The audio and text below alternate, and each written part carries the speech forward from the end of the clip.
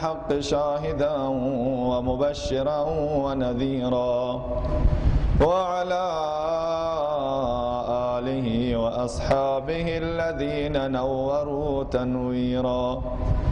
أما بعد فأعوذ بالله من الشيطان الرجيم. بسم الله الرحمن الرحيم.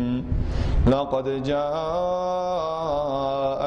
رسول من أنفسكم عزيز عليه ما عنتم حريص عليكم بالمؤمنين رؤوف رحيم. وقال تعالى في شأن حبيبه: إن الله وملائكته يصلون على النبي يا أيها الذين آمنوا صلوا عليه وسلموا تسليما. اللهم صل على سيدنا مولانا محمد. ای عاشقان مبارک،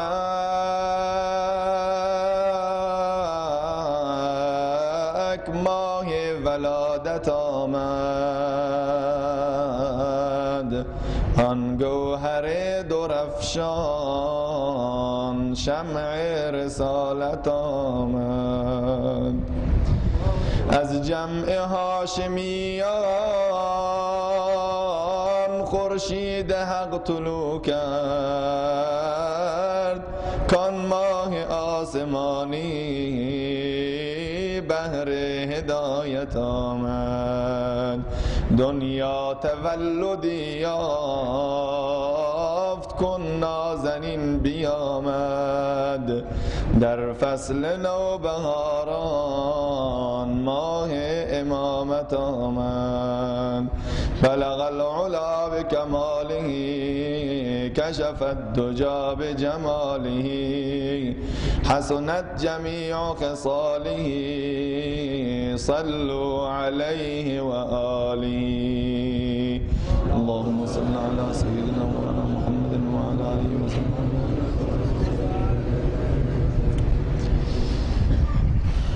خدای قادر سبحان رو متشکر و سپاسگزارم از اینکه چنین توفیقی رو و فرصت و مجالی رو در اختیار بنده قرار داد تا در جمع گرم و صمیمی شما مردم مؤمن و مسلمان منطقه سرباز، جوانان غیور و دین دوست، پدرای بزرگوار و کرام و علمای اعلام شرف و حضور پیدا کنم. خدای عزوجل رو بر این احسانش قدردان و سپاسگزارم و از عزیزانی که مسبب خیر شدن، به کرات زنگ زدن تا اینکه این دیدار و این گفتگو و گفتمان و این حضور بسیار پرشور جوانان و دیدار ما با این عزیزان نصیب ما شد.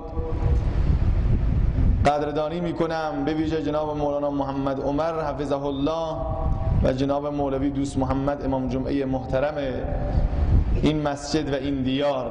از خدای متعال برای همه علمای ربانی و برای همه علمای مخلص طول عمر با عزت رو مسئلت میکنم. من باید از مقدمه چینی ها بکاهم و با سرعت 180 درجه در ساعت مطلبمو برسونم که جوانهای عزیز ما در راسک منتظرند و ما دوست نداریم عزیزان رو به انتظار بگذاریم، زیرا مقوله است که میگن اگر تازیانه را به دستم دهن که بزن، اولین تازیانه بر انتظار خواهم زد. و ملاها هم یک ضرب‌المثلی داره میگه الانتظار و اشد من القتل، انتظار از قتل هم سختره. به هر حال خدا بکنه که ما سریع جمع جور بکنیم. عادت خیلی بدی دارم که پشت منبر که میرم دیگه خیلی زود نمیشه که بیام پایین، چون که جوانها رو خیلی دوست داریم و میخوایم ان شاء الله لب مطلب رو برسونیم. به هر حال دقایقی که در خدمت شما سروران هستم، پیرامون پیام‌ها، ارمغان‌ها، تحفه‌ها و هدایای گرانبها و با ارزش رسول اکرم، با توجه به اینکه ما در ماه ربیع الاول میلاد پیامبر اکرم صلی الله علیه و سلم قرار داریم، کلمات شکسته عرض کنم. اگرچه که رسول خدا به تعبیر قرآن عظیم الشأن و ما ارسلناک الا رحمتا للعالمین، آن حضرت تمامی زندگیش، حرکاتش، سکناتش، رفت و آمدش، حیاتش مایه رحمت، نماد عطوفت و محبت و نمایشنامه‌ای از لطف و رحمت برای جهانیان بود، نه تنها برای مسلمین. اما به طور ویژه و به طور خصوص من 4 تا از هدایای ارزشمند اون حضرت رو خدمت شما عرض می کنم، به امید آن که پروردگار عالم به همه ما توفیق بده تا بتونیم این هدایا و این تحفه ها و این کادوهای ارزشمند آن بزرگوار رو در زندگی خودمان پیاده بکنیم انشاءالله. برای اینکه ما متوجه بشیم شخصیت واقعی آن حضرت رو و پیام‌هایی که ایشون آوردن و تحول و انقلابی که در میان عربه ها ایجاد کردند و چطور توانستند ریشه و هسته جرثومه جاهلیت رو از ریشه و بنیاد بکنند، جا دارد پرتوی بیفکنیم بر حالات و احوال و جوی که حاکم بود بر سرزمین عرب و بر تمام کره خاکی در قرن 6 و قرن 7، یعنی قرن میلاد رسول خدا صلی الله علیه وسلم. بدون تردید قرن 6 و 7 جزو لکه‌های ننگ تاریخ بشریت به شمار می آید. ابرهای تیره جاهلیت بر فراز آسمان عالم به پرواز در آمده بود و بشریت به قدری در انحطاط اخلاقی، در رذائل اخلاقی و فکری فرو رفته بودند که خدای خودشان را فراموش کرده بودند، ارزش و بهایی برای رب العالمین قائل نبودند، در مقابل هر چیزی خم می شدن غیر از الله سبحانه و تعالی. ذائقه بشر عوض شده بود، خوبی را بدی، بدی را خوبی، زشتی را شیرینی، تلخی را شیرینی، شیرینی را تلخی، دزدی را شجاعت، قتل را شهامت، اسراف را سخاوت، همه چیز رو برعکس ترجمه می کردند. وجدان بشریت مسخ شده بود و روز به روز بشریت داشت سیر قهقرایی رو به جای سیر سعودی و ترقی در دستور کار خودشون قرار داده بود. اما رسول خدا در چنین وضعیتی و در چنین بره از زمانی قدم به عرصه ظهور گذاشت، در چنین جامعه‌ای که مملو از مفاسد اجتماعی، مملو از کثافات، مملو از بدعات، شرک و بتپرستی و سایر مسائل شده بود. بله، آن حضرت زمانی داره تشریف می آورد که انسانی که مدعی علم و دانش بود، شعر و ادبیات، فلسفه و سیاست، در مقابل هر چیز ناچیزی سرش رو خم می کرد و بندگی و بردگی انسانها، بردگی و بندگی بتها و اصنام و سنگها و اشجار و درختان بود. به قول اقبال، آدم از بی‌بصری بندگی آدم کرد، گوهری داشت ولی نذر قباد و جم کرد، او ز اخلاق غلامی ز سگان خوارتر است، من ندیدم که سگی پیش سگی سرخم کرد. این انسانی که خدا اشرف المخلوقات خلق کرده بود، این انسانی که خدا بر او انسان بر فرشتگان خودش مباهات و افتخار میکرد و نام او را جزو بزرگترین مخلوقات خودش ثبت کرد، به قدری منحط شده بود، به قدری رذل و پست و زبون و خار و ذلیل گشته بود که در مقابل اشیایی که با دست خودشون می ساختند، که در واقع خودشان خالق اون چیز بودند، خالق در مقابل مخلوق سجده می کرد. خرمایی رو برمی داشتند، وقتی زیبا بود، قشنگ بود و خوشمزه بود، در مقابل او سجده می کردن. این مثالی که میگن یا خدا یا خرما، یعنی همین، یعنی اینها خدایی از خرما درست می کردن، هر موقعی که گرسنشون می شد برمی داشتن خدای خودشونو می خوردن. اونجاست که میگن یا خدا یا خرما، هر دوتا نمیشه دیگه، خداشو می خوردن.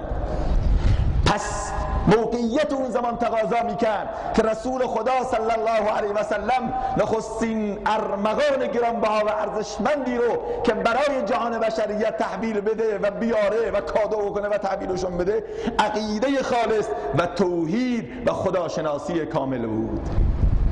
بله، آن حضرت صلی الله علیه و سلم با دید وسیع و با روزنه نبوت خودش و با عروة الوسطایی که لانفصام لها بود توانست با اون دقت، با اون بصیرت، با اون حکمت، با اون فلسفه، با اون سیاست که من معتقدم رسول خدا در تمامی عرصه ها و در تمامی میادین، حتی پیامبر در عرصه نظامی در جنگ هایی که نیاز به عرصه و تاکتیک های مدرن جنگی اون زمان بود، پیامبر یک فرمانده به تمام معنا و در عرصه های علوم عالم به تمام معنا و در عرصه سیاست مداری سیاست مدان به تمام معنا بود. به همین خاطر توانست در مدت بسیار اندکی از همون بشری که ذائقش اینقدر عوض شده بود، از همون اعرابی که اینقدر در مقابل هر چیز خم می‌کردند، توحید صاف و خالصی رو به اونها بده و نشان بده که فقط بگه لا نعبد الا الله، ما هرگز این پیشانی را جز در آستانه خدا نمی‌ساییم و هیچ چیزی ارزش ندارد و اون کعبه‌ای که شالوده و اساس او بر بنای توحید گذاشته بود، ابراهیم خلیل که برای الله عزوجلال درست کرده بود، جایگاه 360 بت شده بود و اهریمن و همه افراد می آمدن در خانه خدا، در مطهرترین و مکرمترین سرزمین در مقابل بت‌ها و اهریمن‌ها سجده می‌کرد. سروران خوب گوش بدن، هر کس از در میاد حواس به این باشه، هر کس میاد خودش میاد درود شریفی بخونید ان شاء الله.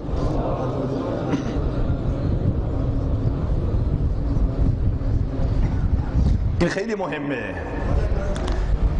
یه مقدار تکون بخورید بیاد جلو. جزاکم الله، ماشاءالله جمعیت بسیار عالی است. بله این صفحه جلو، بقیه دوستان بیان جلوتر ماشاءالله یه تکانه بخورن.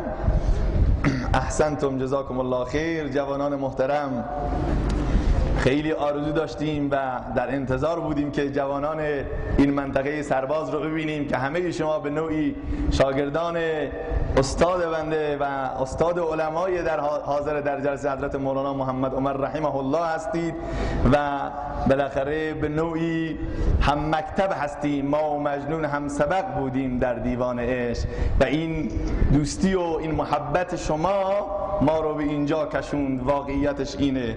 انشالله که بتونیم بهره برداری کامل رو بکنیم، یک صلوات محمدی و حواسها رو هم جمع بکنیم انشالله. درود شریف بخونید.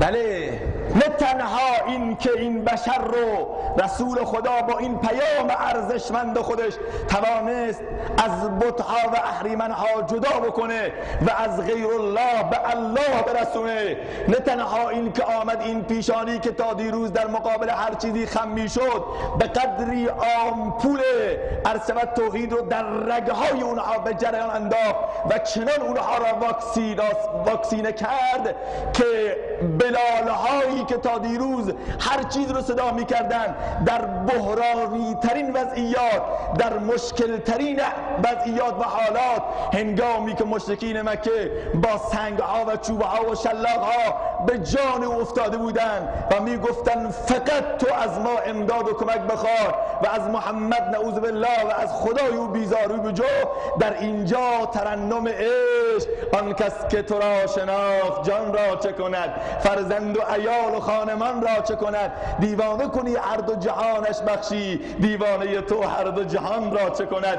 ندای احد احد احد احد که خدا یکیست و غیری و شریکی و همتایی با خودش نداره. ذوق نامش عاشق مشتاق را از بهشت جاودانی خوشتر است، گرچه در فردوس نعمتها بسی است، وصل او از هر چه خواهی خوشتر است. بله سروران عزیز، احد احد از زبان کسی داره در میاد که 5 روز بیشتر نیست مسلمان شده و در دانشگاه رسول خدا ثبت نام کرده و زانوی تلمذ و شاگردی زده. اون عمری که تا دیروز در مقابل بت‌ها و اهریمن‌ها سرخم میکرد، امروز به حد ایمانش به ما فوق الاسباب یقینش محکم شده و چنان به حرمت الوثقای الله سبحانه و تعالی دست زده که وقتی که در مقابل حجر الاسود، اون سنگ بهشتی و سنگ متبرک قرار میگیرد، روبروش خطاب وای میسته. میدونی چی میگه؟ یا حجر الاسود اعلم انک حجر لا تنفع ولا تضر ولولا انی رأیت رسول الله صلی الله علیه و سلم یقبلک ما قبلتک. ای حجر الاسود، من میدانم تو سنگی بیش نیستی، نه مالک نفعی نه مالک ضرری. تا دیروز بود لات و عزا و هبل و منات و سومنات بودن، ولیکن با وجود اون وقتی که من در دانشگاه ارقم ابن ابی الارقم ثبت نام کردم، تمامی خدایان، تمامی سنگ‌ها، بت‌ها و اهریمن‌ها را در زبالدان تاریخ ریختم. پس بدان تو مالک نفعی و مالک ضرر. و اگر امروز میبینی که من در مقابل تو کرنش میکنم و این لبانم را بر روی تو میگذارم، فقط به خاطر این است که من لبان محبوبم محمد رسول الله صلی الله علیه و سلم را دیدم که تو رو بوسه میداد. در غیر این صورت به خدا هرگز به تو بوسه نمیدادم. چقدر عوض شد بشریت، 180 درجه تغییر کرد. اون کسانی که تا دیروز بت‌ها رو سجده میکرد، امروز شجره بیعت الرضوان رو، درخت بیعت الرضوان رو از بیخوبون بکنن که مبادا مردم در آینده دچار شرک و بت پرستی بشند. این تحول ایجاد شد. پیامبر چنین شاگردانی رو تربیت کرد، چنین افراد رو تربیت کرد که در هنگام شادی و غم، در خلوت و در جلوت، در تاریکی و ظلمت، در هنگام رحم و قساوت، در میدان جنگ و صلح، غیر از الله کسی رو نبینه و بگن هر کسی نازد به چیزی ما به آن والا خدای، سوی او آی و بنه هر کار دیگر این زمان. نام الله عزیزم دم به دم گوید زبان، هر زمان نامش بود درمان درد بی کسان. ای کس بی کس خدای بی شریک و بی رفیق، درد ما از حد گذشته بار الهاده امان. اینها بودن حتی جونشان در معرض خطر بود. آی جوان، جان چیز شیرینیه، فرزند شیرینه، حیات شیرینه، مرگ تلخه، اما حاضر نبودند که حتی یک درجه عقب نشینی بکنن از خدا پرستیشون، از عبادتشون، از تقواشون، از محبتشون با الله. امروز ما هم ادعای محبت الله رو داریم. امروز از هر کس سوال میکنه تو خدا رو دوست داری؟ میگه آره دوست دارم خدا رو. مگر ممکنه خدا رو دوست نداشته باشم؟ دوستی با خدا اینه که انسان هرچه ناسب الله است همه رو بریز دور. عاشق کسی است که هر چیزی به غیر از خدا هست همه رو مملوک قرار بده، همه رو از بین ببره، فقط به الله سبحانه و تعالی فکر بکنه. در هنگام خوشحالیش، در هنگام غمش، هنگامی که تو مسجده، هنگامی که تو بازاره، همه جار ورد زبانش الله الله الله باشه، عبادتش برای الله باشه، هنگام مشکلاتش الله باشه، هنگام تاریکی الله باشه، همه روح و روانش الله بگن، چشمش اللهی، گوشش خدایی، زبانش خدایی، اعضا و جوارحش خدایی و قلبش محل تجلی انوار خدا بشه. عاشق نبود آن که خدا را نشناسد، بیمار نباشد که دوا را نشناسد. عالم همه از نور خدا هست منور، یاران چه کنم هیچ کسان را نشناسد. چون ظاهر و باطن همه از نور خدا شد. بینا نبود هر که مران را نشناسد. در خلق جهان سیرت انسان چون نباشد. هر کس که بود کور خدا را نشناسد. مؤمن عارف مؤمن تو اگر واقف اسرار خدایی، بگریز از آن کس که خدا را نشناسد. سبحان الله. آن کس که بود کور خدا را نشناسد. و فی کل شیء له آیه تدل علی انه واحد. هر گیاهی که از زمین روید وحده لا اله له گوید. جمله ذرات عالم در نهان با تو میگویند روزان و شبان ما سمیعیم و بصیریم و خوشیم، با شما نامحرمان ما ناخوشیم. شعرهای مولانا رو که میفهمید یعنی چی؟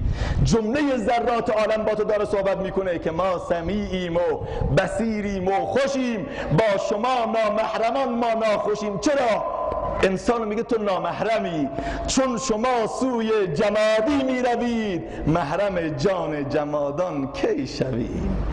شما خدا را گذاشتی دنبال زیارت و دنبال بت و دنبال اهریمن میگردید در هنگام مشکلات. به همین خاطر ما دیگه از شما بدمون میاد. ابر و باد و خاک و آتش زنده اند، ابر و باد و خاک و آتش بنده اند، با من و تو مرده با حق زنده اند. اینها خدا را میشناسند. برو در باغ و بستانها به چشم سر نگاهی کن، درختان مده او گویند که آن معبود بر حق است. اگر سرو و اگر ناجو، اگر بید و اگر آلو، به ذکر او در افغانند که آن معبود بر حق است. چرا ای مردک عاقل تو بی ذکر خدا باشی؟ بترس از پرسش فردا که آن معبود بر حق است. چطور انسانی باشه که خدا رو نشناسه؟ مشکل اول ما در توحیده. من چون که قرار است در نصیرآباد بحثم مقدار پیرامون شرک باشه، من فقط اثبات توحید رو اینجا میگم، خداشناسی رو میگم که انسان تو چشمش، تو گوشش، تو اعضا و جوارحش نگاه بکنه که خدای متعال چه نعمتهایی رو در اختیار و قرار داده. سروران عزیز، من عرف نفسه فقط عرف ربه. هر کس خودشو شناخت خداشو میشناسه. ما خود ما رو نشناختیم که خدا رو گم کردیم. امروز جوان ما اگر گناه میکنه، اگر دست به معصیت میزنه، اگر در تاریکی های شب نعوذ بالله گرفتار زنا میشه، شراب و هیروئین و کوکائین و مورفین و بنگ و کریستال و چیزی که جدید آمده به نام اشک خدا، به خاطر اینه که خدا رو نمیشناسد. اسلام ارثی بهش رسیده. اون خدایی که اینقدر لطف کرده، قبل از این که به دنیا بیای، هنوز به دنیا نیامدی، خدا میدونه که این بچه غیر از شیر مادر چیزی دیگه نمیتونه بخوره. گفت قبل از این که به دنیا بیاد پستان مادر رو پر از شیر کرد که این بنده تازه به دنیا آمده هیچ غذایی مناسب تر از شیر مادر نیست. غم روزی مخور برهم، مزن اوراق دفتر را، که پیش از طفل و ایزد پر کند پستان مادر را. الله الله الله. قبل از این که به دنیا بیای چقدر بدیم که وقتی که به دنیا میایم به فکر این نیستیم که اون کسی که دندان دهد دان دهد. تو بچه‌ای تو هیچ مدرسه و دبیرستان و دانشگاهی درس نخوندی که وقتی گرسنه بشی گریه کنی، وقتی که سیری باید بخندی. ولی که خدا خنده و گریه رو به بچه یک ماهه روزه یاد میده که وقتی که سیره بخنده، لبخند بزنه تا مادر خاطرش جمع بشه، بچه‌م مشکل نداره. وقتی گرسنه میشه خدا گریه رو میاره که آی مامان این بچه نیاز به شیر داره، به دادش برس. این همه اعضا و جوارح، این همه باغ و بستان، شما که نخل و خرما دارید و نخل و باسقات، قرآن عظیم الشان میفرماد نخل ها رو نگاه بکنید، چوب خوش داره میره بالا. بالا نگاه میکنید 3 متر 4 متر خرماهای رنگارنگ، یکی قرمزه، یکی زرده، یکی سبزه. آبو کی برده اونجا؟ رنگو کی برده؟ کدوم نقاش آمد اونجا رنگ ریزی کرده؟ و این مزه شیرینو کی گذاشته اونجا؟ سبحان الله. در این نعمت ها تفکروا فی آلاء الله ولا تفکروا فی ذات الله. در ذات خدا فکر کردن درست نیست، در نعمت های خدا فکر کنید تا خدا را بشناسید، چون که به ذات خدا کسی نمیتونه فکر بکنه، چون که عقل ما محصوره و محدوده و کمه و گنجایش اون چنانی رو نداره. برگ درختان سبز در نظر هوشیار، هر ورقش دفتریست معرفت کردگار، هر ورقش دفتریست معرفت کردگار. وقت داره با سرعت بسیار داره میگذره، پس من چه کار کنم؟ موضوعم میمونه، ولی میخوام بگم به این جوانها، به این دلبندان، به این همسن و سالان که تو رو خدا به غیر از خدا به کسی دیگه فکر نکن. هر جا که قرار میگیری به همه موجودات دور بر خودت نگاه بکن و فکر بکن. حضرت بلال حبشی میفرماید آمدم طبق روال شبها به مسجد النبی برای اذان، ولی دیدم که قبل از ورود من مسجد یه فردی در تاریکی شب گریه میکند. گفتم خدایا این دیگه کیه؟ وقتی که جلو رفتم و جلوتر دست زدم، دیدم رسول نازنین اسلام سر رو به سجده گذاشته و میگرید. گفتم یا رسول الله این همه گریدنت از بحر چیست؟ این همه نالیدنت از بحر چیست؟ چرا میگری؟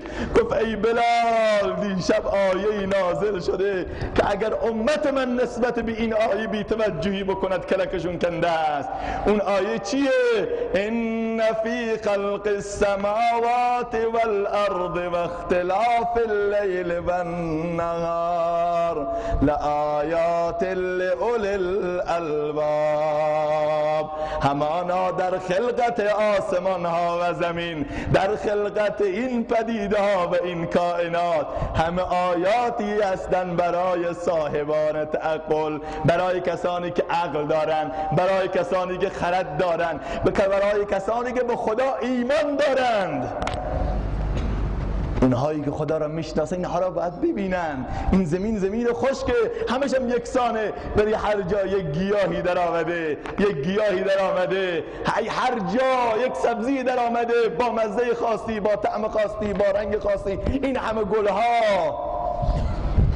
6 میلیارد انسان در دنیا آمده جوان. فقط این آخر رو در بحث توحید بگم، هر کس هر چقدر از شما نقاشی رو و در فن هنروری مهارت داشته باشه میتونه نهایتش 10,000 تا عکس و یا شکل متفاوت بکشه. بعد از 10,000 تا متفاوت نمیشه دیگه، همه مشابه میشن. ولی 6 میلیارد انسان تو دنیا هست، 2 نفر رو پیدا نمیکنید که کاملا شبیه همدیگر باشه. میتونید پیدا کنید کاملا شبیه همدیگر باشه؟ انسان نتونه تشخیص بده این چه دستگاه آفرینشی است، این چه ذاتی است. و اختلاف السنتکم و الوانکم، زبانهای مختلف، گویشهای مختلف، فرهنگهای مختلف، همه اینها برمیگرده به ذات خدای متعال سروران عزیز. بسیار توجه بکنیم، از این خاک نگاه بکنیم. به قول اقبال دلا رمز حیات از غنچه آموز، که حقیقت در مثالش بی مثال است. ز خاک تیره می روید ولیکن نگاهش بر شعاع آفتاب است. پس جوانان عزیز، نتیجه بحث ما اینه که ما باید اول خدا را بشناسیم و در هر کجا، چه در مشکلات و چه در شادی، از الله کمک بخوایم و لا غیر دنبال پیر و زیارت و ملا و آقا و قوس و فلان و اعتقاد بر اونها رو ول کنید. ما دنبال وسیله نمیگردیم، چون که تو نماز میگیم ایاک نعبد و ایاک نستعین. خدایا فقط تو رو عبادت میکنیم و فقط از تو مدد میخواهیم. پس اگر فقط قول میدید که از خدا مدد بخواید، یک تکبیر بلند عنایت کنید.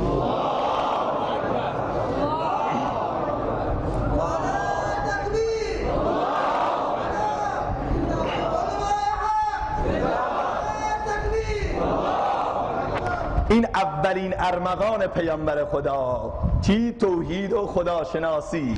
2 دومین ارمغانی که آن حضرت برای بشریت به ارمغان آوردن وحدت، اتحاد، انسجام و همگرایی در میان طوایف، ملل و طبقات. میدونید شما وضعیت عرب رو قبل از تلألؤ و درخشش خورشید اسلام؟ آیا مگر غیر از این است که بشریت قبلا در انحصار ملیگرایی و ناسیونالیستی و طوایف و قبیله ها و ایسمه ها و زهی ها بودند؟ آیا مگر فراموش کردید که اوس و خزرج چقدر با همدیگر درگیر بودند و قریش غیر از خودشون رو قبول نداشتن و اصلا عرب به بقیه میگفتن عجم. عجم یعنی گنگ، یعنی حیوان. عرب ها غیر از خودشان را کسی دیگر را به عنوان انسان قبول نداشتند. اما رسول خدا با منشور جاویدان الا ان ربکم واحد و ان اباکم واحد کلکم لآدم و آدم من تراب ان اکرمکم عند الله اتقاکم، بر تفکر منحط جاهلیت خط بطلان و خط قرمز کشید که آگاه باشید پروردگار شما یکیست. از هر قبیله‌ای که هستی، از هر طایفه‌ای که هستی، پدر شما آدمه و آدم از خاکه و نزد خدا کسی ارزش و احترام و بها دارد که تقوا بیشتر داشته باشد. ز تقوا جامه در بر کن که پاکان ز تقوا جامه پوشیدند و رفتند. و کنتم اعداء فالف بین قلوبکم فاصبحتم بنعمته اخوانا. شما دشمن بودید. واذکروا نعمت الله علیکم، نعمت خدا را بر خودتون غنیمت بشمارید و یاد کنید. اون زمانی که دشمن بودید در میان همدیگر دستهایتون به خون یکدیگر آلوده بود. فالف بین قلوبکم، خدا در میان قلبهای شما الفت انداخت. فاصبحتم بنعمته اخوانا. سبحان الله، چه تعبیر قشنگی داره. عداوت ها نه تنها تبدیل به محبت شد، اختلافات نه تنها تبدیل به وحدت شد، دشمنی ها نه تنها تبدیل به رأفت شد، کینه توزی ها نه تنها تبدیل به عطوفت شد، بلکه شما اخوان قرار گرفتید، با همدیگر برادر شدید. به قول اقبال ما مسلمانیم و اولاد خلیل، از ابیکم گیر اگر خواهی دلیل. اصل ملت در وطن دیدن که چه، با دعا و گل پرستیدن که چه، بر نسب نازان شدن نادانی است، حکم او اندر تن و تن فانی است. ملت خوب گوش بدید، ملت ما را اساس دیگر است، این اساس اندر دل ما مضمر است. حاضریم و دل به غایب بسته‌ایم، زین سبب با یک دگر پیوسته‌ایم. تیر خوش پیکان یکیشیم ما، یک نما یک بین یک اندیشیم ما. مدعای ما معال ما یکیست، طرز و انداز خیال ما یکیست. ما ز نعمت‌های او اخوان شدیم. خدا خیرت بده اقبال، آیه قرآن رو ترجمه میکنه. ما ز نعمت‌های او اخوان شدیم، یک زبان و یک دل و یک جان شدیم. دل به محبوب حجازی بسته‌ایم، دل به رسول الله بستیم.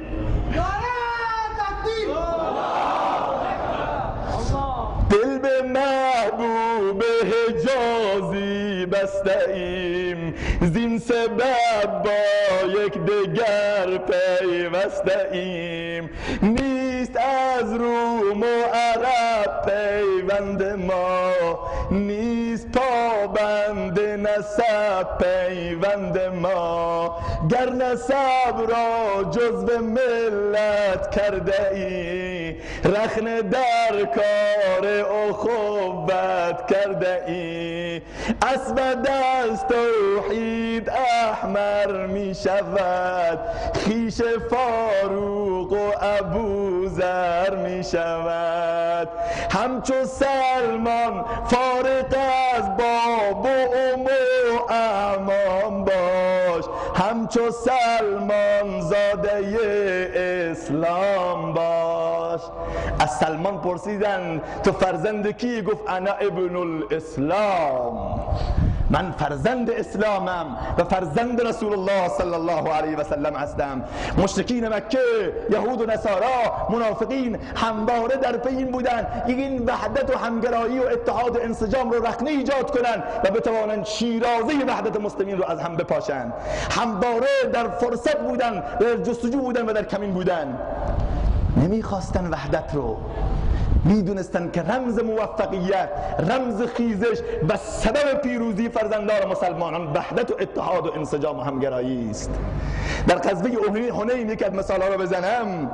در غزوه حنین رسول خدا صلی الله علیه و سلم غنایم جنگی رو در میان قریش تقسیم کرد و به انصار چیزی رو نداد، به این تازه مسلمونا داد. خوب گوش بدید که چقدر کفار همیشه مترصد بودن ولی مسلمونا بیدار، چقدر اونها مست بودن و مسلمونا هوشیار، و امروز مسلمانها چقدر خوابن و دشمنان ما بیدار. معکوس شده، نتیجه هم برعکس دیگه. منافقین از فرصت استفاده کرد، رفتن پیش انصار، گفت بابا این محمد کسی رو نداشت، شما او رو جا دادید، قومش او رو بیرون کرد، شما احترامش کردید، در مکه جا نداشت، شما خونه‌هات رو در اختیارش قرار دادید، حالا که غنایم به دست اومده اینها رو در میان اطرافیان و اقوامش تقسیم میکنه. عجب محمدی دارید، عجب پیامبری دارید. الله علیه و سلم الی رحالکم. آیا شما دوست ندارید که سایر افراد به ملت ها و طوایف با گاو و شتر و گوسفند و بنز الگانس و ارسلت خدمت و طلا و نقره و پول و مال برن، به خونه هاشون برگردن و شما انصار با محمد رسول الله برگردید؟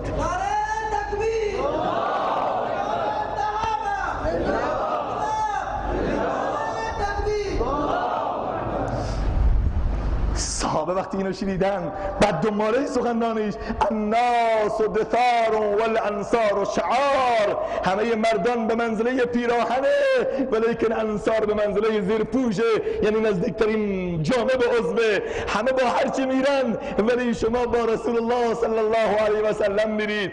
انصار همه زدن زیر گریه، گفتن رضینا به رسول الله صلی الله علیه و سلم قسمتا بحد لنا، ما راضی هستیم که بهترین قسمت نصیب ما بشه، اون وجود و حضور رسول خدا صلی الله علیه و سلم است. حالا میخوام اینو بگم که سروران عزیز، آری رمز موفقیت مسلمانان عصر صحابه در این مورد بود، در اتحاد و انسجام، ولیکن رمز شکست ما مسلمانان در عصر حاضر عدم اتحاده. باور بفرمایید افغانستان، چچن، کشمیر، عراق، افغانستان هرگز آماج حملات ددمناشانه و وحشیانه کفار و یهود و نصارا قرار نمی گرفتن مگر زمانی که ایرانی ها ایرانی شدن، عرب ها عرب شدن، کرد ها کرد شدن، ترک ها ترک شدن، افغان ها افغان شدن. این مرزهای لامصب آمد در میان جوامع بشری و مسلمان ها، رخنه ایجاد کرد به عنوان مرز، همه رو از هم پراکنده کرد. اون موقع هر کدوم مثل یک گوسفندی در دام اسیر، در دام و اسارت گرگ خونخوار و گرگ‌های خونخوار در آمدن و این وضعیتی است که دارین می‌بینی. به خدا قسم اینها خوب فهمیدن. امروز آمریکا هرگز تو افغانستان دنبال نفت افغانستان نیست و یا در عراق دنبال سرمایه های مادی، منابع طبیعی نیست، بلکه باور کنید وگرنه چه کاری داره به بچه های کوچک. از این بچه‌های کوچک نفت در میاد، از این بچه‌هایی که تو پستان مادرش دامان مادرش داره شیر میخوره از اون طلا در میاد. نه، اون میگه خالد ابن ولید پدرای ما رو کشت، ما هم اینو میکشیم تا انتقام پدرامونو بگیریم. چرا ما داریم تفسیر غلط میکنیم؟ بسیار متوجه باشیم. همه رو از هم جدا کرد، دید که با همه جامعه بشری نمیتونه. قصه‌ای داره مولانا روم رحمت الله علیه، خیلی زیباست. میگه که یه باغبان بود، باغبان اما در باغشو باز کردید، ماشاءالله 3 نفر نشستن تو باغش، پا رو پا گذاشتن و دارن از میوه های باغش میخورن. با خودش چی گفت؟ گفت که اگر من با هر ستا یک جایی در بیفتم کلکم کنده هست، کلا پس معرکه، در مرگ خودم تردیدی ندارم. حالا این 3 نفر کی هستن؟ یکی که مولانا صاحبه، ماشاءالله با ریش آمده دزدی، وقتی با علمای ما بر نخوره. یکیشون صوفی صاحب بود با یک تسبیح بزرگ. از این سوداگران دین فروش، صوفیان در رند گرگ و مودراز، گرچه اندر خانقانها های و هوس، کو مسلمانی که صحبا در کدوس. از اون صوفیا بود. دیگری چیه؟ آقا سید با کلاه سبزش نشسته. خب ماشاءالله خیلی خوش آمدید، خیلی لطف کردید تشریف آوردید، اصلا باغ ما رو شما منور کردید، مال شما در خدمت شما. جناب مولانا تو که واقعا لطف کردید تشریف آوردید، ای والله. در پی ترفند بود. بعد گفت که جناب صوفی صاحب، این صوفی ها بعضی میبینن ساده تر هست، گفت صوفی صاحب این که عالمه نمیشه بهش دستور بدیم، نشسته مولاناست، مفتی صاحب الان حکم کفر میده، ایشون هم که سیده و میگه من آقازاده‌ام، کلاه سبزشو مگه نمیبینی این شال دور گردنش؟ برو تو مقداری اونجا فرش هست، فرش رو بردار بیار زیر پای مولانا بنداز که این خیلی خطرناکه، زشت آخر رو خاکا نشسته. صوفی که رفت این در افتاد با مولانا و با سید، گفت شما جناب مولانا که خیلی خوش آمدید، خداییش اگه تو بگی این باغ من حرامه، خب حرام میشه همش، اصلا تو شرع ما دست توست، تو هر چه دستور بدی همونه، پس این باغ من اختیار تو. اینم که دیگه فرزند پیغمبره. ولی همین صوفی از کجا با شما آمد؟ این شما خجالت نمیکشه با این راه میرید؟ بیام یه کار بکنید اینو بندازیم بیرون، اون موقع باغ با میوه‌اش بین ما شما 3 به 3 تقسیم. انسانم که حریص بیچاره، گفتن خوبه، گفت پس شما بشینید من اینو بیرون میندازم. احمد جاش گفت صوفی صاحب گفت چیه؟ گفت مردی که به تو جنید بغدادی دستور داده بود که وارد باغ مردم بشی یا حسن بصری؟ با اجازه کی وارد باغ شدی؟ گفت ببخشید ما با حرف جناب مولوی آمدیم. گفت غلط کردی تو، مگه اینجا شهر هرته بازار مشترکه که هر کس بیاد؟ اینو خوب گرفت زد از باغ انداخت بیرون، در حالی که شلاق میخورد گفت که آنچه من خوردم شما را خوردن نیست، این چنین خوردن سزای هر دنیست، رفت بر من بر شما هم رفتن نیست، چوب قهرش مر شما را خوردن نیست. اون چی که من خوردم شما منتظر باشید. گفت برو گفت شو اینا رو چرا بزنم؟ بعد آمد گفت که جناب مولوی شما که نیاز به غذا دارید؟ نه. گفت بله. گفت این سید رو بفرستید بره غذا درست کنه. آقای سید شما بفرمایید، با مولوی که نمیتونیم دستور بدیم. این رفت دنبال غذا، بعد به مولوی با 2 مرتبه جمله‌اش تکرار کرد خیلی خوش آمدی، واقعا لطف کردی، اصلا امروز باغ ما یک تراوت خاصی گرفته. یعنی همین سید از کجا معلوم اولاد پیغمبره؟ گفت که کلاه سبزشو مگه نمیبینی؟ این آرمشه. گفت بابا ولش کن، به آرم چه کار داری؟ این باید بیار نسب نامه‌شو بیاره. نسب نامه‌شو نشون داده به؟ گفت نه نسب نامه‌ش نگاه. پس گفت اعتباری نداره. گفت چرا تو شناسنامه‌اش نوشته سید مهدی فلانی؟ گفت بابا ولش کن، تو شناسنامه خیلی چیزا می‌نویسه. گفت چیکار کنم؟ گفت ولش کنی بره، بعد دیگه بین من و تو تنهاست. رفت گفت پس خیلی خوب. رفت پیش سید گفت مردی که تو اولاد پیغمبری، به تو امام جعفر صادق دستور داده بیا اینجا، یا رسول الله صلی الله علیه و سلم کی به دستور داده مردی که بیا اینجا؟ اینا هم زد از باغ انداخت بیرون. یا هم هرچه مولوی صاحب گفت، مولوی دیگه میگفت هر کسو بزنه دیگه به مولانا صاحب کسی حق بی حرمتی نداره دیگه.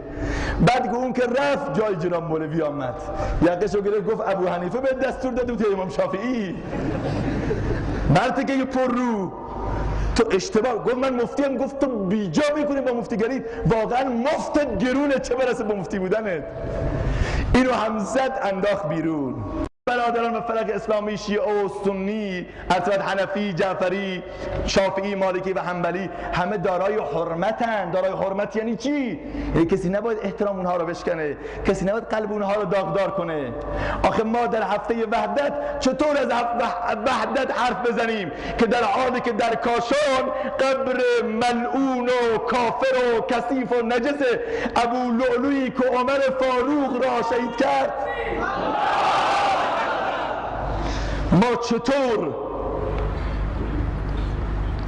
ما چطور در مورد وحدت بیام حرف بزنیم در حالی که قاتل عمر فاروق، قلب مسلمونا، جگر گوشه بچه کوچک سنی که به نام عمر افتخار میکند، قاتل عمر رو طواف و زیارت کنند؟ نعره تکبیر! صداقت ابوبکر صدیق زنده! امارت عمر فاروق زنده! امارت عثمان غنی زنده! شجاعت علی مرتضی زنده! سیاست امیر معاویه زنده! نعره تکبیر! بله سروران، این دیگه وحدت معنایی نداره. اگرچه که الحمدلله شنیدم پلمش کردم به اصطلاح. این پلم دیگه چه معنایی داره؟ اولا که عزیزان کدوم عقل باور میکنه اون ملعونی که همونجا تو مدینه خودشو به درک واصل کرد هواپیمای پدر ابو لؤلؤ بود که جنازه‌شو تحویل ایران بده؟ یا فرشته شد خداییش بال در آورد؟ اونجا به درک واصل شد، سقط کردن، به جهنم فرستادنش. حالا آمدید اینجا بارگاه درست میکنید و بعد برای اینکه دل مسلمانای عالم رو به اصطلاح خوش بکنن پلم میکنن. به نظر من همین فردا باید نه تنها بولدوزر از کف بلکه از 70 متر زیر زمین اون را برای همیشه تخریب بکنن. بحث زیاده در مورد وحدت. باید رسانه های گروهی متوجه حرف هایی که میزنن باشن. حق نداره از هر عراجیف بافی بلند بشه و به اصطلاح خودش رو اندیشمند معرفی بکنن و به معتقدات اهل سنت اهانت بکنه. ما اعتقادات ما خیلی اهمیت داره. از هر چیز میگذاریم غیر از عقیده. آخر عقیده به منزله سر تو بدنه. بدنی که سر نداشته باشد ارزش نداره. ما چطور دم از وحدت بذاریم در حالی که در تهران بون عظمت که قریب میلیون و بالای میلیون اهل سنت زندگی میکنن 4,000 یهودی است، 4,000 یهودی، 2,000 یهودی 4 تا معبد دارن. اون وقت اهل سنت داخل تهران ام القرى جان اسلام مسجدی نداشته باشن؟ این وحدت واقعا؟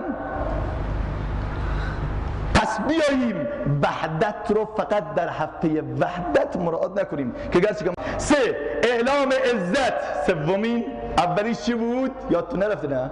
اولین ارمغان پیامبر توحید. 2 وحدت. 3 اعلام عزت و سربلندی و قدرت و شوکت و عظمت.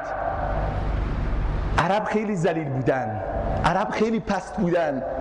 به قول فردوسی از زبان کسری پادشاه ایران صحبت میکنه که وقتی میبینه عربهای پا برهنه اومده میخواد حکومت ایران رو نابود بکنه، میگه ز شیر شتر خوردن و سوسمار عرب را به جایی رسیده است کار که تخت کیانی کند آرزو توفو بر تو ای چرخ گردون توفو. عربی که غیر از شیر و شتر و گوشت سوسمار دیگه غذایی رو به رسمیت نمیشناختن، حالا میاد اینجا به دربار ایران بدون نگاه به دبدبه و کبکبه و قدرت و عظمت و پوشالی ایران شمشیر رو گذاشته، فرشها رو پاره میکنه، میاد جلو میگه که چی میخوای؟ پول میخوای؟ ولی بردار. اسب میخوای؟ طلا میخوای؟ نه، ما آمدیم قوم عزتمند شما را به عزت و سرفرازی و سربلندی واقعی برسانیم. الله بتعثنا لنخرج العباد من عبادت العباد الى عبادت رب العباد. خدا ما رو فرستاده تا شما را از بردگی نجات بدیم. این ذلته. درست دوره بر طلاست، مثل مرغی که تو قفس طلایی داری زندگی میکنی. مرغ اگر تو قفس طلایی هم باشه دوره برش طلابینه برده است. تا کی باید برده مال و پول و این مسائل باشیم؟ به بشریت عزت داد. در طول چند سال تونستن بزرگترین امپراتوری‌های متمدن و مقتدر اون زمان رو به زانو بنشونن. کار شوخی نبود و الان هم همینطوره، به خدا الان هم همینطوره. اگر مسلمان‌ها بخوان مسلمانان بپاکیزید که عزت باز می آید، که روح مرده و آن معنویت باز می آید. اگر شمشیر در کف باشد و مردانگی در دل، همان فتح مبین و سروریت باز می آید. باز میاد. و چهارمی و آخری مبارزه با ناامیدی و تشاؤم. همین حرف رو بزنم جناب مولوی تمام انشالله. مبارزه با ناامیدی خیلی امروز یک معضل بزرگی شده ها. جوانها حالا دیگه یک دو دقیقه میخوام جوانی صحبت کنم. ناامیدی و یأس به شدت جوانان ما رو افسرده کرده. به جوان میگه آقا بیا نماز بخون، ولش کن بابا، نمازهای ما دیگه کارگر نیست، هرچه نماز میخونی میگه. یه آقا پسری آمد پیشم از یکی از شهرستانها، گفت فلانی. گفتم چیه؟ گفت خدا که میگه اینقدر تو توکل داشته باش، دعا کن، عبادت کن، من حاجت تو رو برمیارم، هرچی میخونم خدا حاجت منو بر نمیاره. گفتم چی شده؟ چه حاجت مهمی دارید؟ حج میخوای بری؟ جهاد میخوای بری؟ به خدا میخوای برسی؟ گفت نه، یک دختر 18 ساله خوشکلیس عاشقش شدم، 3 سال دعا میکنم ولی اونم دعا میکنه منم دعا میکنیم، به هم نمیرسی. گفتم بابا، گفت دیگه نماز نمیتونم بخونم به خاطر یه دختر. ای بیچاره، این سر تا پاش طلا باشه دیگه چیه؟ انقدر زیاد از اینا تو خیابونا، برو جمع کن برای خودت مثل خود کشمش بریز تو جیبت. البته یکی 2 تا 3 تا و 4 تا دیگه، بیشتر نه، اون با عقد اسلامی. این یأس آمده. آقا هر جا مشتی بالا میره رو فرق مسلمان فرود میاد، هر جا ماشه‌ای چه کاری نمیشه قلب مسلمانان رو نشانه میگیره، هر جا نامی از فقر و فلاکت، بدبختی و هلاکت سرزمین مسلمان هاست. پس چه فایده از این اسلام؟ این حرف جووناست. مثل این میمونه که انسان یک جاده رو از دور ببینه که دور برش پر از درخته، از دور که نگاه میکنه این جاده بسته است. خب اگه این آقا بنشینه اینجا و بگه آقا این جاده بسته است، میتونه بره به جایی؟ تو برو جلو. اگر جاده بسته بود درسته، به چشمش بسته میاد ولی در حقیقت بازه.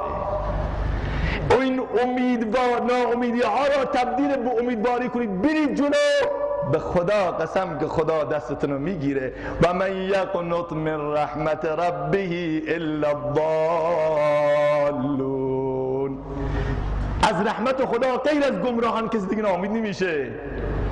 ناامید از رحمتت شیطان بود. لا تقنطوا من رحمت الله، لا تیأسوا من روح الله، انه لا ییأس من روح الله الا القوم الكافرون، یا اگه اشتباه نکنم الا القوم الفاسقین. خیلی مواظب باشید سروران عزیز. مرگ را اقبال، برید تو دانشگاه، مرگ را سامان ز قطع آرزوست. زندگانی محکم از لا تقنطوست، تا امید از آرزوی پیهم است. ناامیدی زندگانی را سم است، زندگی را یأس خواب آور بود. این دلیل سستی عنصر بود. چشم جان را سرمه اش اعما کند، روز روشن را شب یلدا کند. از دمش میرد قوای زندگی، خوش گردد چشمه های زندگی. نباید ناامید باشیم در هیچ مقطع و در هیچ عرصه‌ای، چه در عرصه سیاسی نباید ناامید باشیم. به خدا عزت از آن اسلامه. به قول اقبال، ای دلیران وطن قربان ایمان شما، میخورد در قلب دشمن تیغ بران شما. ای چون چراغ لاله سوزم در خیابان شما. ای جوانان عجم جان من و جان شما. میرسد مردی که زنجیر غلامان بشکند، دیده ام از روزن دیوار زندان شما. خیلی قشنگ میگه انشالله میرسه اون مرد و خواهد رسید. و نه در قسمت اجتماعی و نه در قسمت مذهبی حتی. ما هر چقدر مورد فشار قرار بگیریم به نظر من ناامید نباید باشیم. ناامید هم مباش که رندان بادنوش ناگه به یک خروش به منزل رسیدن. بحر الطاف تو بی پایان بود، ناامید از رحمتت شیطان بود. در ناامیدی بسی امید است، پایان شب سیاه سپید است. هرچه فشار بیاد، هرچه تحت محاصره قرار بگیریم، هرچه تحت ایذا و توهین اهانت قرار بگیریم، هر توهینی 100 تا جوان رو بلند میکنه و زنده میکنه. اصلا ناامید نباشید، خم به ابرو نیارید، بگذارید، هیچ مشکلی نداره. پخش شده همه جا خیرشایی رو زندان کردن. میبینی من زنده ام، هیچ مشکلی هم ندارم و تا زندان بشم. آخر کسی که فدای عقیدش بشه، کسی که فدای محبت ابوبکر و عمر و عثمان بشه، نه تنها زندان بلکه به خدا شهادتم براش افتخاره. خیلی مهمه این مسائل، نباید یأس بیاره ناامیدی باشه. باشه رفت، همه علمای ما رفتن، هر کس امروز فوت بکنه دیگه از مولانا محمد عمر کی و من و شما بهتر داشتی؟ به خدا دیگه مادر از دامان خودش محمد عمری به دنیا نخواهد آورد. من و شما دیدیم اگر دیگران ندیدن. و نه در قسمت اخلاقی جوون ناامید نباش، برگرد. گناه کردی، معصیت کردی، جوونی کردی، اشتباه کردی، بازا هر آنچه هستی بازا، گر گبر یهود و بت پرستی بازا. این درگاه ما درگاه نومیدی نیست، 100 بار اگر توبه شکستی بازا. برگرد بیا، اگر هر چه گناه کردی دستو بذار اینجا و مردانه امشب با خدا بیعت کن. بگو پروردگارا دیگه دست نمیذارم، اگر زنا کردم نعوذ بالله، اگر به چشم نامحرم نگاه کردم، اگر خدایا موسیقی مبتذل گوش کردم، دیگه بس توبه میکنم. تا کنون کردی چنین اکنون مکن، تیره کردی آب را افزون مکن. هرچه داری در دل از مکر رموز، پیش حق پیدا بود مانند روز. لطف حق با تو مواساها کند، چون که از حد بگذری رسوا کند. حالا جوانهایی که مردانه قول میدن امشب یه توبه نسو، یه توبه دست جمعی، یه پشیمانی و ندامت و یک بیعت مستقیم با الله، دستا رو برن بالا انشالله. ماشاءالله موفق و مؤید، سربلند و پیروز باشید سروران. چون که من میدونید دوستان در نصیرآباد منتصرن، وقت ما بسیار محدوده. همه شما را به خدای بزرگ میسپارم. دعای بسیار مختصر: سبحانك اللهم و بحمدک، نشهد ان لا اله الا الله، نستغفرك و نتوب الیک. ربنا تقبل منا انك انت السميع العليم وتب علينا انك انت التواب الرحيم. اللهم انك عفو كريم تحب